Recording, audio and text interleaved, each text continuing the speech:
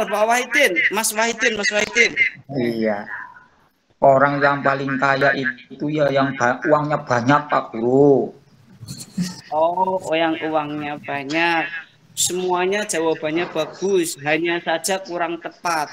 Yang siapakah orang yang paling kaya di dunia? Jawabannya adalah Kamidi. Ada yang kenal Kamidi? Bukan Mukidi, tapi Kamidi. Kalau ada orang jual pom bensin, hubungi Kamidi, terus ada nomornya. Ada yang jual apartemen, hubungi Kamidi, terus ada nomornya, ya kan?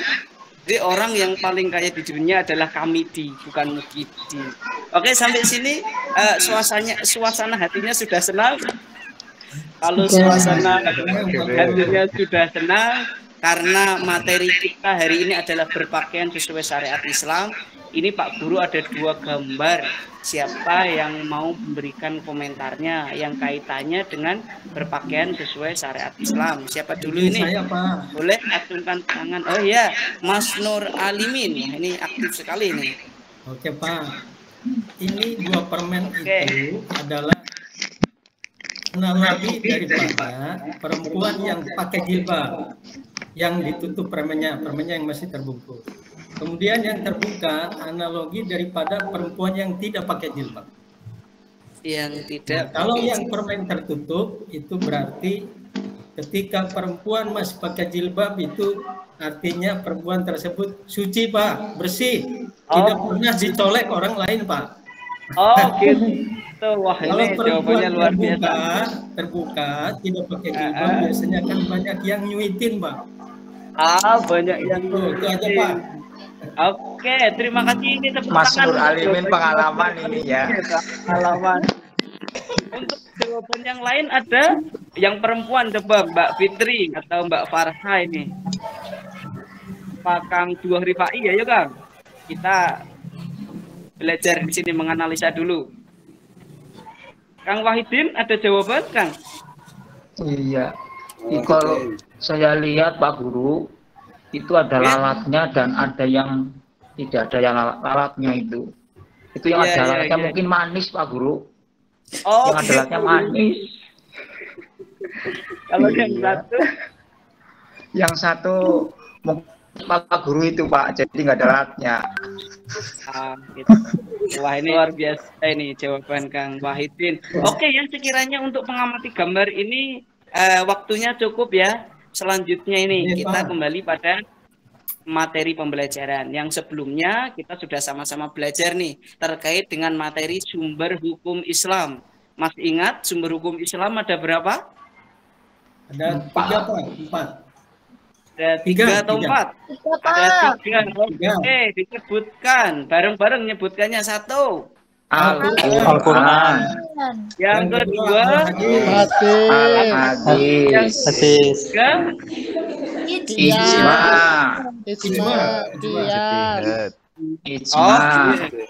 Qiyas. Ini Pak Guru besok harus melakukan penelitian. Ini kemarin sudah diajarkan loh ya. Sumber hukum Islam itu ada 3 anak-anak. Yang pertama Al-Quran, yang kedua hadis, dan yang ketiga ijtihad. Ijtihad. Kalau dasar hukum Islam dalam mabadik fikih itu ada 4, Al-Quran, hadis, ijma, dan qiyas. Ya, sampai sini paham? Oke.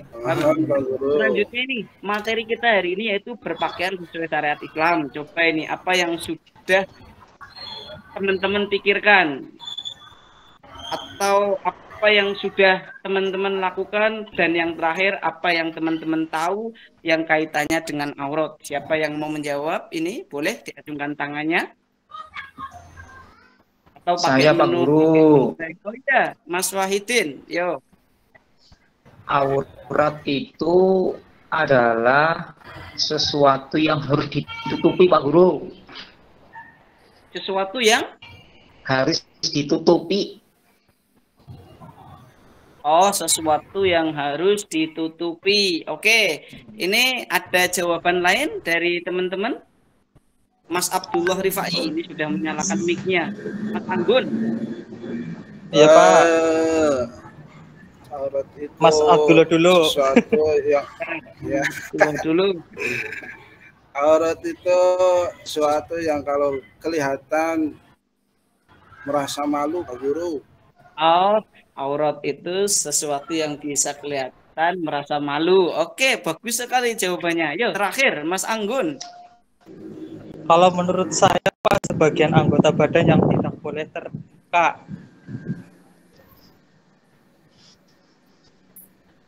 Wah, ini sinyalnya agak putus-putus ini. Oke, ini jawaban dari anak-anak semuanya luar biasa. Bagus, materi kita masuk pada tujuan pembelajaran. Perlu anak-anakku semua ketahui bahwasanya tujuan dalam pembelajaran kali ini adalah kalian semua mampu memahami, menganalisis ketentuan berpakaian sesuai syariat Islam menurut Quran surat Al-Ahzab ayat 59 dan An-Nur ayat 31, menyajikan keutamaan manfaat berpakaian sesuai syariat serta terbiasa berpakaian sesuai dengan syariat Islam dengan baik dan benar. Nah, sekarang Pak Guru bagi tugas kelompok pertama ini nanti akan menganalisa gambar yang pertama, kelompok kedua sampai yang terakhir nanti akan menganalisa gambar yang sesuai dengan Pak Guru sampaikan. Untuk kelompok pertama ini kelompoknya dipimpin oleh Mas Wasis, kelompok kedua nanti dipimpin oleh Mas Anggun, kelompok ketiga dipimpin oleh Mas Wahidin, kelompok keempat dipimpin oleh Mbak Fitri, dan yang terakhir ini kelompok 5 nanti menganalisa gambar nomor 5 yaitu Mas Abdullah Rifai. Ini nanti Pak Guru kasih waktu 10 menit untuk diskusi. Setelah diskusi dicatat, nanti perwakilan dari masing-masing temannya menyampaikan pendapatnya terkait dengan aurat sesuai dengan syariat atau belum. Nah, berikan alasan ini ya. Bisa ya? Waktu 10 menit dimulai dari sekarang. Silakan. Ini tugasnya, tuliskan dalam buku dan ceritakan. Oke, 10 menit sudah habis. Waktunya bisa dimulai oleh kelompok 5 dulu nih. Mas Abdullah Rifai. Monggo untuk perwakilan temannya. Siap, Pak Guru.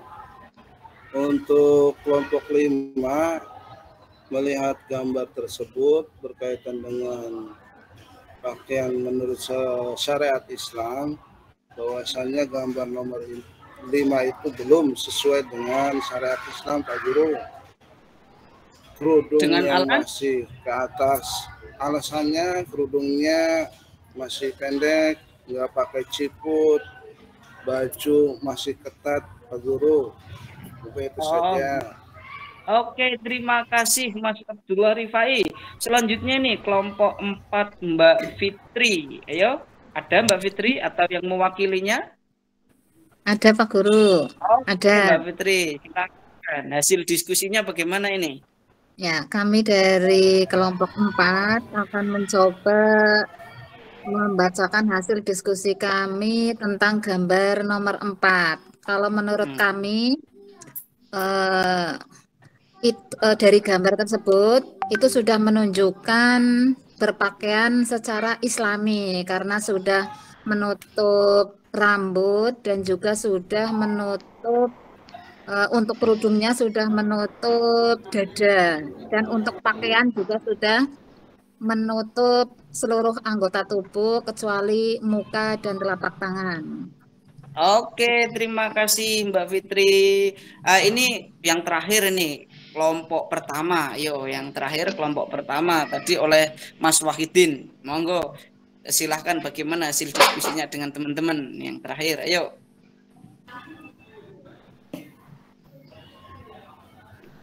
Mic-nya belum dipencet Mas Wahidin. Nah. Ya. Untuk kelompok pertama menganalisa untuk gambar nomor 1 itu sama sekali tidak mencerminkan pakaian secara Islami, Pak Guru, karena tidak pakai kerudung, juga lengan pendek. Ya seperti itu Pak Guru. Oh gitu. Amin. Oke, siap. Terima kasih. Ini luar biasa anak-anak semuanya. Hasil diskusinya yang sudah menyampaikan komentar dan pendapatnya. Selanjutnya ini Pak Guru akan memberikan pengantar untuk kalian. Bahwasanya Islam adalah agama yang sangat memuliakan dan menghormati wanita. Salah satu bentuk penghormatan dan pemuliaan Islam terhadap wanita adalah disyariatkannya perintah untuk menutup aurat bagi wanita dan batasannya berbeda dengan laki-laki. Jika seorang laki-laki muslim hanya cukup menutup bagian tubuh sebatas lutut dan pusar, maka Islam mewajibkan seorang muslimah yang telah baligh untuk menutup seluruh bagian tubuh kecuali muka dan telapak tangan. Perintah ini bertujuan untuk menjaga harkat dan martabat wanita agar tetap terlindungi dan terpandang sebagai perempuan atau wanita yang baik. Ini sebagai pengantar untuk kalian.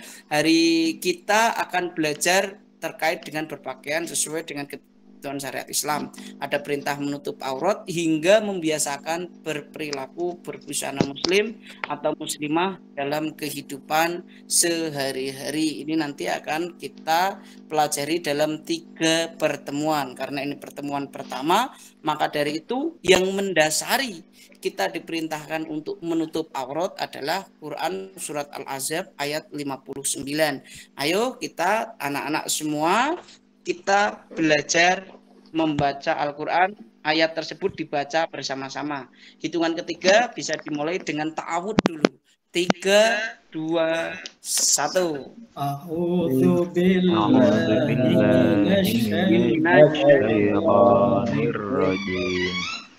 Bismillahirrahmanirrahim. Bismillahirrahmanirrahim. Ya ayyuhan nabiyyu qul li azwajika wa banatika wa nisa'il mu'minina yudnina 'alaihim adna ayyudain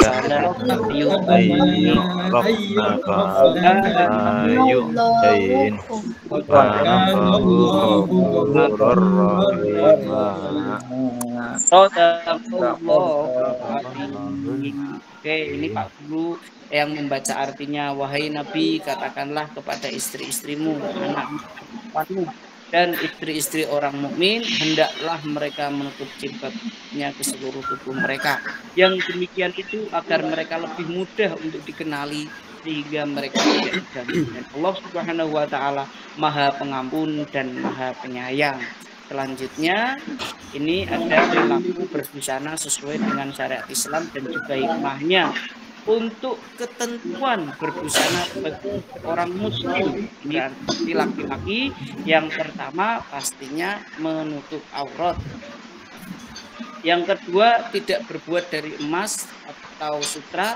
Yang ketiga, tidak menyerupai busananya perempuan.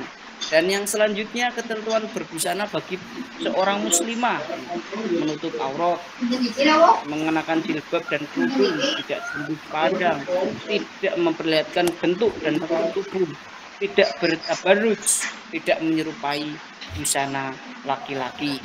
Kemudian setelah selesai kita mempelajari materi ini ada sebuah kasus yang anak-anak semua nanti harus mampu menganalisanya. Ini saya bacakan Pak Guru, nanti ditulis sebagaimana anak-anak semua untuk mencari pemecahan masalahnya. Ini yang pertama Pak Guru bacakan, ada kasus di SMK X1 mempunyai kebijakan bahwasanya seluruh siswa dilarang untuk memakai jilbab. Apa komentarnya? Nanti ditulis di buku, didiskusikan lagi. Untuk soal selanjutnya, ada kasus seorang perempuan tidak dapat menutup aurat karena ada luka bekas kecelakaan. Bagaimana tanggapan anak-anak semua? Yang ketiga, ada kasus seseorang tidak mau menutup aurat karena hak asasi manusia. Ini hak saya, kayak gitu. Mau pakai terbuka atau tertutup, ini hak saya. Nah, ini nanti anak-anak semua harus meneliti bagaimana dengan kasus ini, komentarnya nanti dituliskan di lembar tugas yang sudah Bapak sediakan. Yang terakhir, karena kita pembahasan tentang fungsi pakaian, maka di sini ada fungsi pakaian secara religius. Boleh dibacakan oleh Bu Umi ini, oleh Bu Umi, oleh Mbak Umi. Monggo silakan Mbak Umi. Biar nggak ngantuk ini anak-anak. Ya Pak Guru. Ya, oke. Fungsi pakaian. Fungsi religius dalam berpakaian memiliki pengertian bahwa berpakaian itu merupakan perintah agama Islam. Setiap muslim dan muslimah wajib menutup aurat. Perintah menutup aurat dengan berpakaian sesuai syariat Islam untuk menjaga kehormatan dan harga diri manusia. Dapat Oke, terima kasih Mbak Umi. Selanjutnya boleh dibacakan Mas Wahidin ini fungsi etika dalam berpakaian. Silakan. Terima kasih Pak Guru. Fungsi etika maksudnya adalah pakaian merupakan cerminan dari nilai-nilai kesopanan yang berlaku di masyarakat. Cara berpakaian merupakan wujud penghormatan kita kepada orang lain. Oh, terima kasih Mas Wahidin. Tuh, fungsi etika berpakaian itu menjadi cermin dan nilai kesopanan. Cara berpakaian kita merupakan wujud kita menghormati orang lain. Jadi semakin sopan cara pakaian kita, maka kita akan semakin menghormati orang lain. Selanjutnya ini ada fungsi estetika. Boleh dibacakan oleh siapa ini yang belum kedengeran? Mas Nur Alimin ini boleh nih, Mas Nur Alimin. Baik Pak. Bismillahirrahmanirrahim. Fungsi estetika menunjukkan berpakaian memiliki nilai seni dan keindahan. Namun demikian, nilai seni dan keindahan tersebut tidak boleh melanggar ketentuan syariat Islam. Selanjutnya untuk fungsi menjaga kesehatan kita dibaca sekalian, Mas Nur Alimin. Oke, kemudian fungsi menjaga kesehatan kita.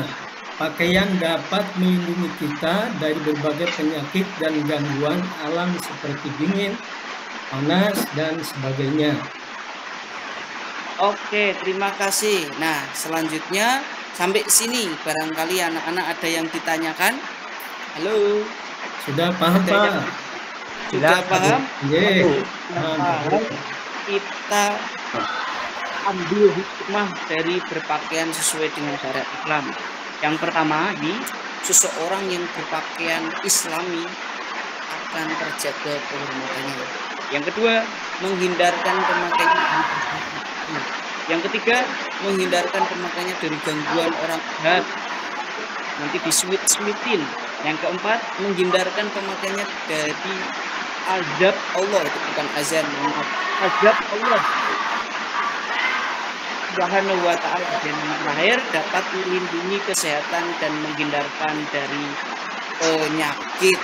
Itu untuk hikmah kita berpakaian sesuai dengan syariat Islam. Yang terakhir ini kalian ada soal pengetahuan yang kalian nanti anak-anak semua harus mengerjakannya. Ini saya ambil contoh ada 2 dan masih banyak lagi. Nanti dikerjakan di lembar kerja yang sudah disediakan. Pertama ini yang pertama saya bacakan oleh Pak Guru. Bismillahirrahmanirrahim. Ya ayyuhan nabiyyu qul li azwajika wa banatika wa nisa'il mu'minina yudnina 'alayhinna min jalabibihin. Dzalika adna ay yu'rafna fala yu'dain wa kana Allahu ghafurur rahim. Ini yang pertama, ayat tersebut di atas adalah memerintahkan, ini untuknya kebanyakan perempuan untuk satu, menutup aurat saja, menutup jilbab ke seluruh tubuh, menutupkan jilbab atau kerudung, menutupkan pakaian ke seluruh tubuh. Yang terakhir, menutup aurat adalah perintah dan sunnah. Ini nanti dijawab, dikerjakan di lembar kerja yang sudah Pak Guru tentukan. Dan juga itu ada dalam Al-Quran, ini jawabannya hampir mirip semua. Jadi anak-anak harus meneliti, yang teliti, biar jawabannya itu benar. Untuk soal pengetahuan, setelah ini, setelah anak-anak semua mempelajari fungsi pakaian, apakah sudah siap anak-anakku semuanya untuk berpakaian sesuai syariat Islam dalam kehidupan sehari-hari? Halo. Siap. Sudah. Siap. Oke, kalau semuanya sudah siap, yang terakhir ini adalah lembar refleksi yang ini harus diisi oleh anak-anak semua dengan cara yang sejujur-jujurnya. Ada pertanyaan, saya merasa malu jika terlihat aurat saya oleh orang lain yang bukan mahram, dan sampai angka ke-6. Ini nanti diisi. Jadi yang sering dijawab sering, yang selalu, yang jarang, yang tidak pernah sekalipun harus diisi sesuai dengan kebiasaan anak-anak semuanya. Sampai sini terakhir ada yang ditanyakan? Jelas Pak Guru. Paham, Pak. Paham, Pak Jelas. Guru. Alhamdulillah, kalau sudah Ada jelas. bel istirahat Pak Guru. Ada bel istirahat. Ini sedikit tambahan. Kemarin itu Pak Guru ngajar sama mahasiswa, itu mahasiswa ada yang tanya seperti ini, Pak, bagaimana kita perempuan agar menjadi perempuan yang disayang oleh suaminya? Suami kita memerintahkan kita untuk menutup aurat, tapi suami kita masih senang melihat yang seksi-seksi. Wah, itu jawabannya itu soal pertanyaan yang hot gitu. Wah, saya jawabnya bingung. Akhirnya saya jawab seperti ini anak-anak semuanya. Kalau pengen menjadi istri yang dicintai seutuhnya oleh suami dalam rangka berpakaian, ketika berada di luar rumah, berpakaianlah ke Arab-Araban. Ketika berada di dalam rumah, cara berpakaiannya ke barat-baratan. Terus teman-teman itu pada senang bahagia, oh terima kasih Pak Guru. Nah, dengan demikian maka bisa diambil kesimpulan ketika kita berada di luar rumah, berada dalam posisi orang yang tidak kita kenal, maka kita harus menutup aurat kita sebaiknya. Dan yang terakhir, ketika kita ada dalam rumah yang ada mahramnya, ada orang tua, ada orang yang dekat dengan kita, itu diperbolehkan. Tapi kalau di luar rumah harus menutup aurat sesuai dengan syariat Islam dan sesuai dengan analisa yang tadi sudah sama-sama kita pelajari. Demikian pembelajaran kita hari ini, karena sudah bel waktunya istirahat. Silahkan istirahat, semoga kalian semua menjadi anak-anak yang sukses. Demikian dari Pak Guru. Pak Guru mohon maaf atas segala kekurangan. Ketika Pak Guru dalam mengajar ada kesalahan, tolong nanti diingatkan melalui link yang sudah saya bagikan, bagaimana cara ngajarnya, metodenya bagaimana. Kalau kurang enak, sampaikan kurang enak untuk perbaikan Pak Guru ke depan. Demikian, wabillahi taufiq wal hidayah, waridwal inayah, ihdinas siratal mustaqim. Assalamualaikum warahmatullahi wabarakatuh. Terima kasih. Waalaikumsalam warahmatullahi wabarakatuh.